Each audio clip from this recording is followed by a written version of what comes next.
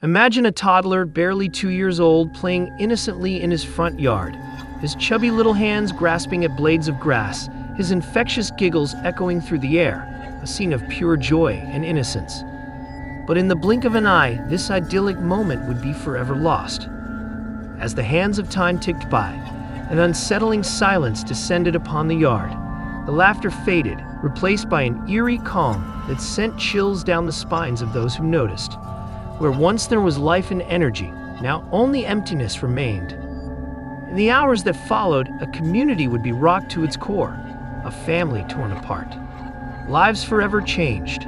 How could someone so small, so innocent, simply vanish without a trace? This is not just another missing person case. This is a tale that will make you question everything you thought you knew about trust, family, and the lengths people will go to protect their secrets.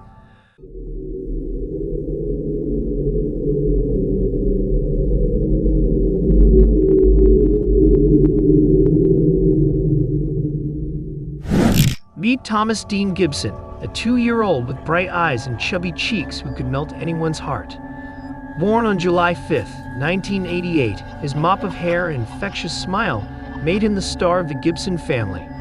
His dad, Larry, was a respected deputy sheriff, sworn to protect the community. Mom, Judith, doted on her family, and Thomas's big sister, Karen, a whole 4 years old, already acted like a little protector. The Gibsons looked like the perfect all-American family. Sometimes things aren't always what they seem. March 18, 1988, started like any other day. Sunshine, birdsong, and little Thomas playing outside their house. Dad Larry was getting ready for his usual morning jog, a detail that would stick with everyone forever. Before heading out, Larry mentioned seeing a stray cat and even fired a shot, though he missed. With the gunshot ringing in the air, Larry left for his run, trusting Thomas with his big sister Karen. 45 minutes later, Larry returned to a nightmare. Thomas was gone. The yard, once filled with laughter, was silent. Panic surged through Larry and Judith as they searched frantically. Neighbors joined in, calling out Thomas's name, but with each passing hour, hope dwindled. The disappearance of Thomas Dean Gibson would launch a massive investigation. It would cross state lines, unearth shocking family secrets, and test the limits of justice. A community desperate for answers would stand by the Gibsons as they faced a tragedy no parent should ever endure. The search for Thomas threw the Gibson family into a whirlwind. Their peaceful life shattered. They became the center of a media storm. Police-led searches combing every inch of the area. Volunteers from the community joined in, determined to find Thomas. Barking search dogs and helicopters became the soundtrack to their once quiet town. Amidst the chaos, a bombshell from 4-year-old Karen sent the investigation down a new path. She described a scene like something out of a movie, a mysterious couple in an old truck who whisked Thomas away. Karen said they were in a gold or tan older model truck, with a blonde woman and a dark-haired man. This sparked a frantic search, with roadblocks set up and alerts issued statewide. But weeks bulled into months, and there was no sign of Thomas or the mysterious couple. Investigators, with frustration mounting, started looking closer to home. Inconsistencies began to prick at their curiosity. One detail that wouldn't sit right: Larry's patrol car. Upon inspection, it showed 7 extra miles on the day Thomas vanished. Miles Larry couldn't explain. He claimed he'd driven to a nearby rest area after Karen's story, searching for Thomas himself. The spotlight began to shift uncomfortably towards Larry Gibson, the respected sheriff's deputy. His colleagues, once teammates in the search, now eyed him with suspicion. Within 6 weeks, Larry went from concerned father to prime suspect. The weight of suspicion fractured the Gibson family.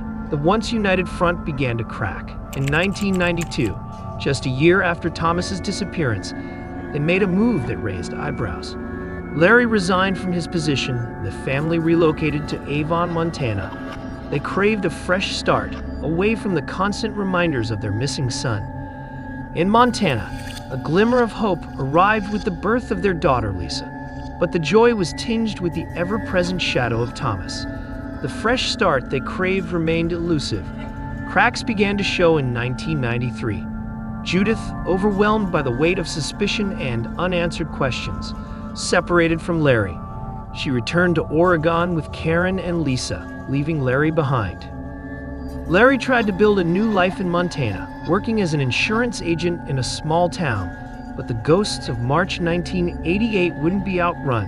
Unaware of it, the case back in Oregon was far from closed. Investigators were piecing together the puzzle, and they were about to stumble upon information that would change everything. Years passed, but Thomas's case wouldn't be forgotten.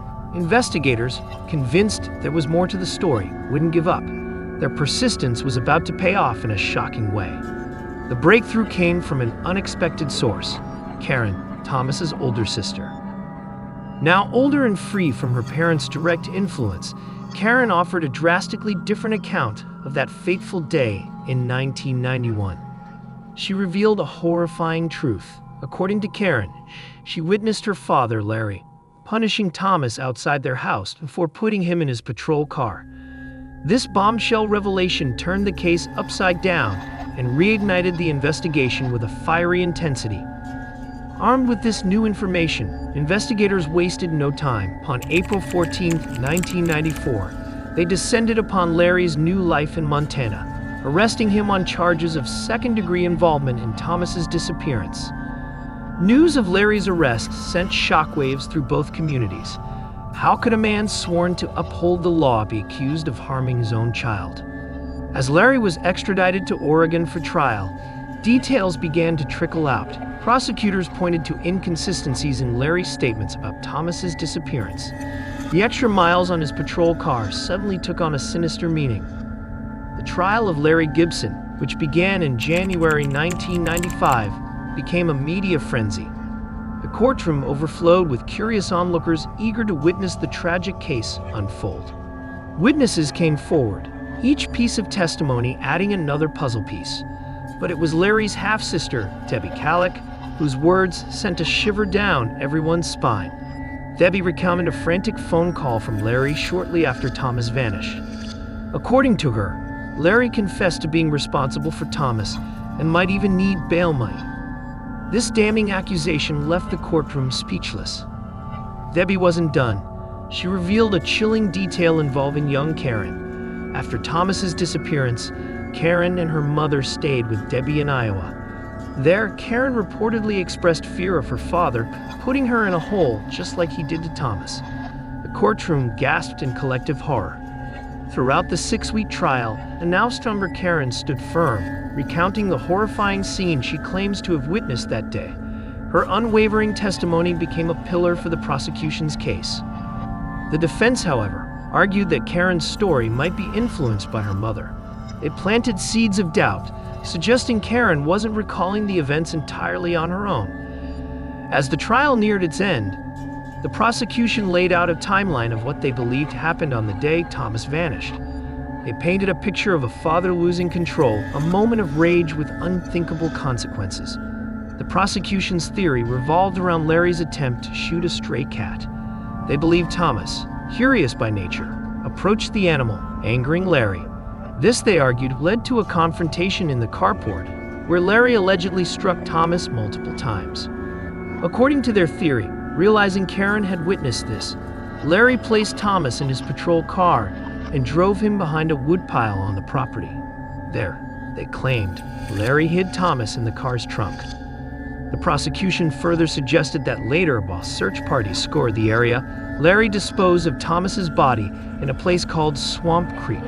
Tragically, despite extensive searches, Thomas' remains were never found, adding another layer of heartbreaking mystery to this complex case. The jury deliberated, the weight of their decision hanging heavy in the air. The community, deeply divided, waited with bated breath. Finally, in March 1995, the verdict was in. Larry Gibson was found guilty of manslaughter in the death of his son, Thomas. Shockwaves rippled through the courtroom. Larry, who'd proclaimed innocence throughout, stood stoic as the verdict was read. The once respected deputy sheriff was now facing prison time. But the sentence surprised many. Larry received a relatively light term, 15 to 18 months. Since he'd already served a year in jail during the trial, his actual prison time would be minimal. In 1996, less than a year after his conviction, Larry Gibson walked free. Freedom, however, didn't erase the stigma of his conviction. The mystery of Thomas's whereabouts continued to haunt him and the community. The case gained national attention. Unsolved Mysteries featured Thomas's story, bringing his disappearance to a wider audience. But perhaps the most moving reminder came unexpectedly. The music video for Soul Asylum's Runaway Train featured missing children, including Thomas. His image, a smiling toddler with bright eyes and tousled hair, was the youngest child. This haunting reminder tugged at heartstrings across the nation. In a surprising move around 2001, Larry created a website dedicated to finding Thomas. Was this a grieving father seeking closure or a guilty man trying to save face? The questions lingered. Meanwhile, Judith and her daughters, Karen and Lisa, tried to rebuild their lives, forever scarred by the ordeal. Years passed, and Thomas's case became one of Oregon's most notorious unsolved mysteries. The lack of a body and physical evidence left many questions unanswered despite the conviction. Today, Thomas's whereabouts remain unknown. His case is still open, a painful reminder of a mystery that may never be fully solved. He remains forever 2 years old, frozen in time by the photos used during the search. This story goes beyond headlines and courtroom drama. At its heart, it's about a little boy who never had a chance to grow up. Thomas Dean Gibson would be in his 30s today. What kind of man would he have become? What dreams would he have chased? These unanswered questions highlight the human cost of this tragedy. Thomas's case serves as a cautionary tale, reminding us that appearances can be deceiving and danger can lurk in unexpected places. It compels us to be vigilant, protect the vulnerable, and never take the safety of loved ones for granted. We close this chapter on Thomas Dean Gibson with a mix of emotions: sadness for a life cut short, frustration at unanswered questions, and a flicker of hope that someday the truth will come to light. Thomas remains a symbol of innocence lost, a pursuit of justice, and a lingering mystery. Though his story is tragic, it ensures he'll never be forgotten. His case serves as a lasting reminder of life's preciousness and the unwavering power of hope in the face of unimaginable loss. All right, guys, before you dash off into the night, don't forget to hit that like button. It lets us know you're digging the content, and that keeps the creepy cases coming your way. While you're at it, smash that subscribe button and ring that notification bell. You don't want to miss our next dive into the mysterious unknown. Thanks for joining us on this journey, and we'll see you on the flip side for another mind-blowing case. Until then, stay curious,